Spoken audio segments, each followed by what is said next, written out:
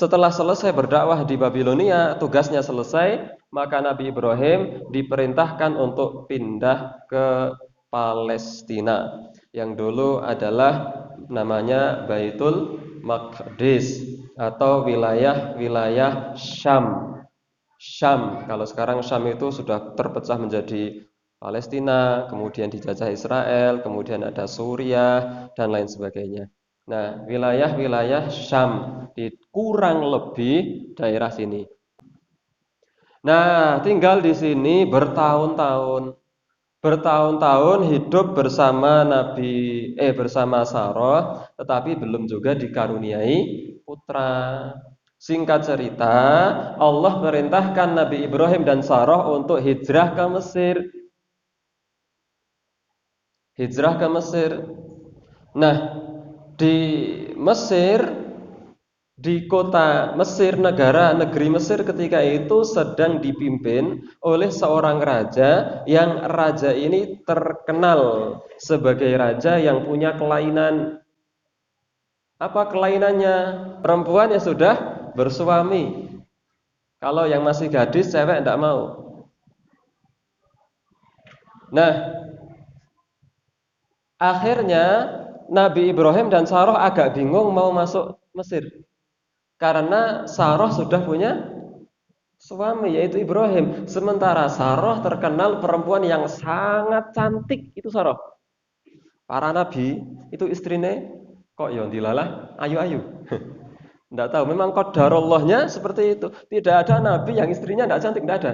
Semua nabi istrinya cantik. Nabi Muhammad, Aisyah, selain Aisyah kan nggak cantik. Kata siapa? Cantik semua. Nah, akhirnya ada satu trik dari Nabi Ibrahim. Apa triknya? Ketika dihadang oleh pasukan raja, katakanlah pasukan atau pokoknya sing tukang nyegat-nyegat niku, man hiya? Kata Nabi Ibrahim, hadhihi ukhti. Ini saudara perempuan saya. Padahal istrinya. Dalam benak Nabi Ibrahim, maksudnya saudara seiman.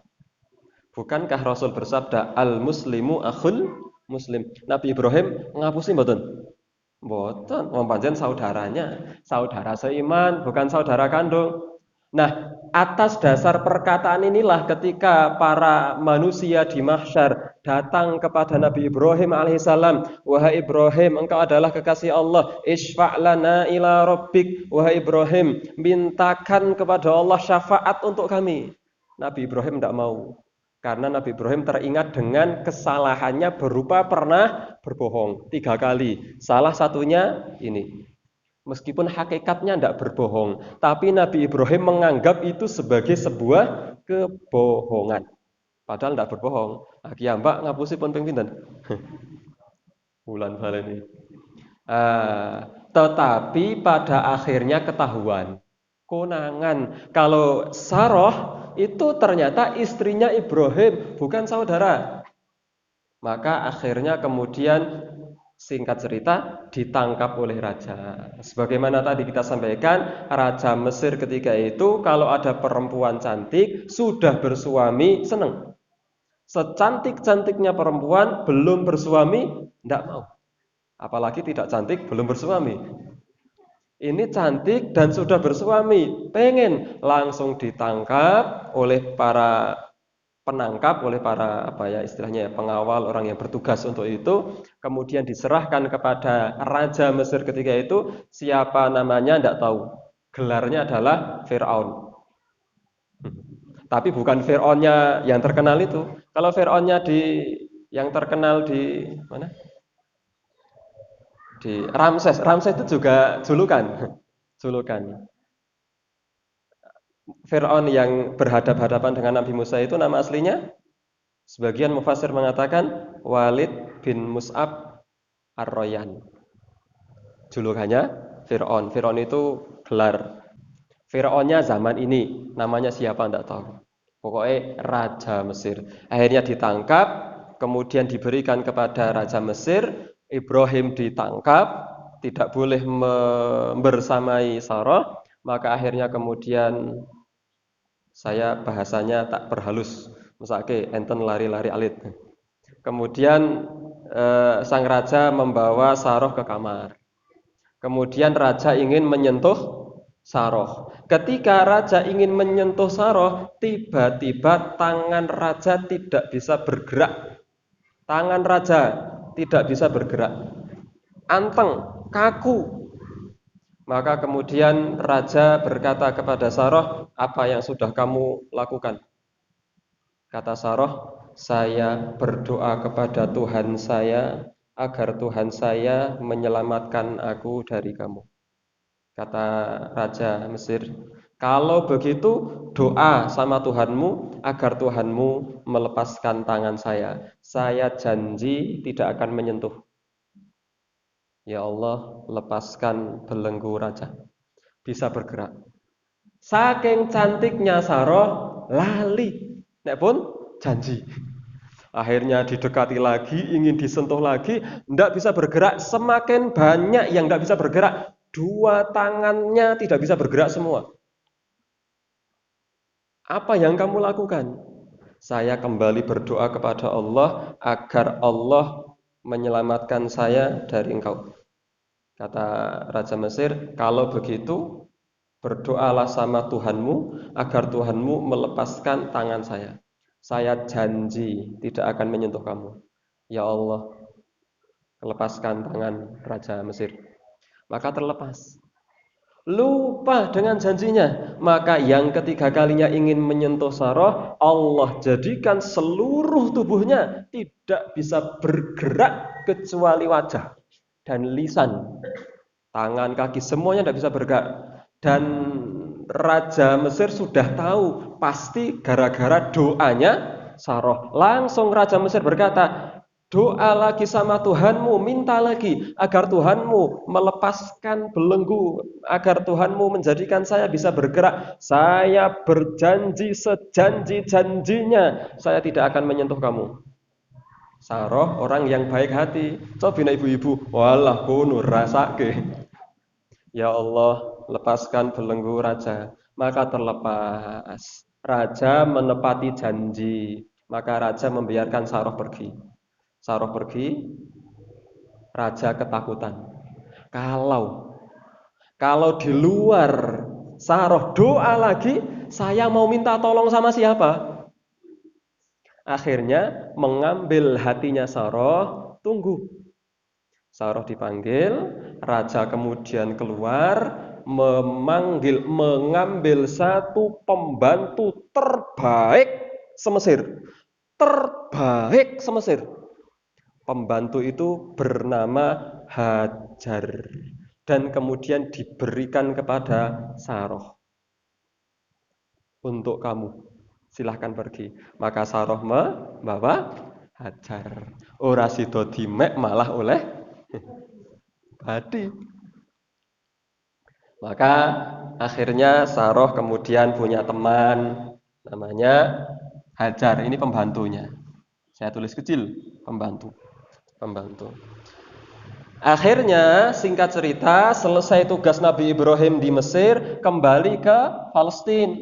Negeri keduanya Ibrahim. Ibrahim itu peta dakwahnya ada 4 tempat. Babilonia, Palestina, Mesir, dan terakhir ketika sama Nabi Ismail, besok-besoknya di Makkah.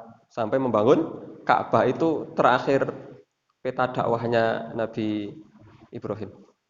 Nah, kembali lagi ke Palestina, kita katakan Palestina, Syam ketika itu, kita katakan Palestina, kembali ke Palestina dengan membawa Saroh dan Hajar. Maka balik. Tetapi lama berkeluarga, juga tidak punya anak. Lama, Saroh mikir, Nabi, masa nggak punya keturunan? Siapa yang mau meneruskan perjuangan Ibrahim? Maka atas inisiasi dari Saroh, maka Hajar diberikan kepada Ibrahim agar Hajar dinikahi oleh Nabi Ibrahim. Maka Hajar sekarang tidak menjadi pembantunya Saroh, tetapi Hajar menjadi temannya Saroh, adiknya Saroh. Kenapa? Biar punya anak. Akhirnya singkat cerita Hajar melahirkan Ismail.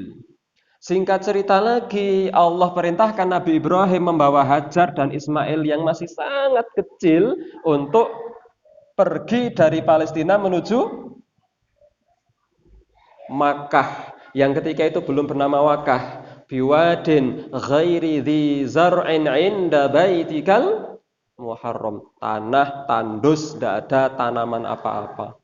Sampai di sana naik unta, kemudian ini Hajar tidak bertanya apa-apa, sama sekali tidak bertanya. Perempuan solehah, pokoknya manut suami. Ini catatannya suami ini baik. Pokoknya manut suami. Maka kemudian selesai, turun eh, Ibrahim turun, Hajar dan Ismail diturunkan dari ontanya, Ibrahim naik ke atas onta, onta dibalikkan balik kanan menuju Palestina. Ketika itulah baru Hajar tanya, "Wahai Ibrahim, suamiku, kenapa engkau tinggalkan kami di sini?" Sambil berjalan, sambil meneteskan air mata, Ibrahim tidak bisa menjawab. Karena Nabi Ibrahim juga tidak tahu kenapa Allah perintahkan untuk membawa ke sini. Ibrahim itu juga tidak tahu. Maka singkat cerita kemudian terus berjalan, Hajar mengajar, "Wahai Ibrahim, kenapa engkau tinggalkan kami di sini?" Diam Ibrahim terus berjalan. Pertanyaannya Hajar dirubah. Allahu amaraka bihada. Wahai Ibrahim, apakah Allah yang memerintahkan engkau untuk melakukan ini semua? Baru Nabi Ibrahim balik kanan, ya.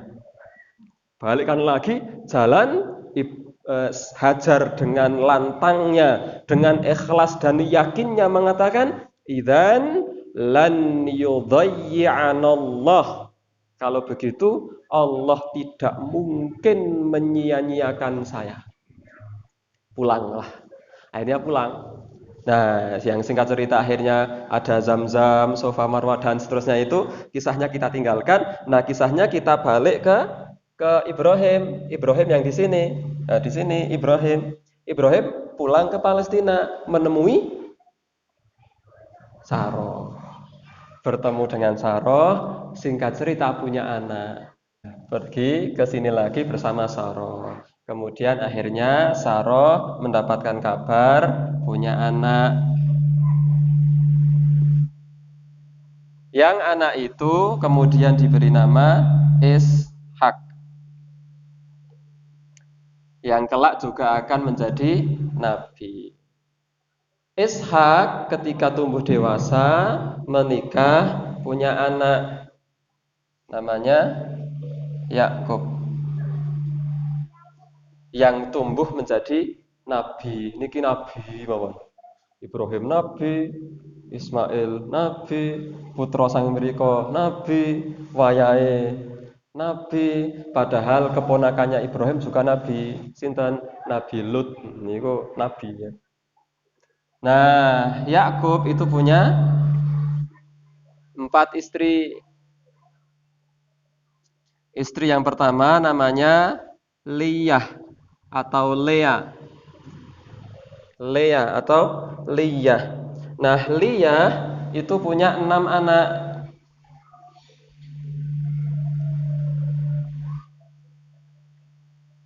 Anak yang pertama, 6 anak, urutannya saya tidak hafal, tapi namanya Roboon,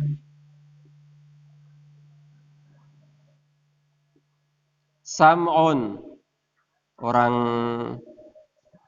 ahli kitab mengatakan Simon, Sam'un, Lawi, Yahuda atau Yahuda, kemudian Izakhar. Yang keenam, Zabilun. Orang ahli kitab mengatakan Zebulon. Anak atau istri yang kedua namanya Rahil.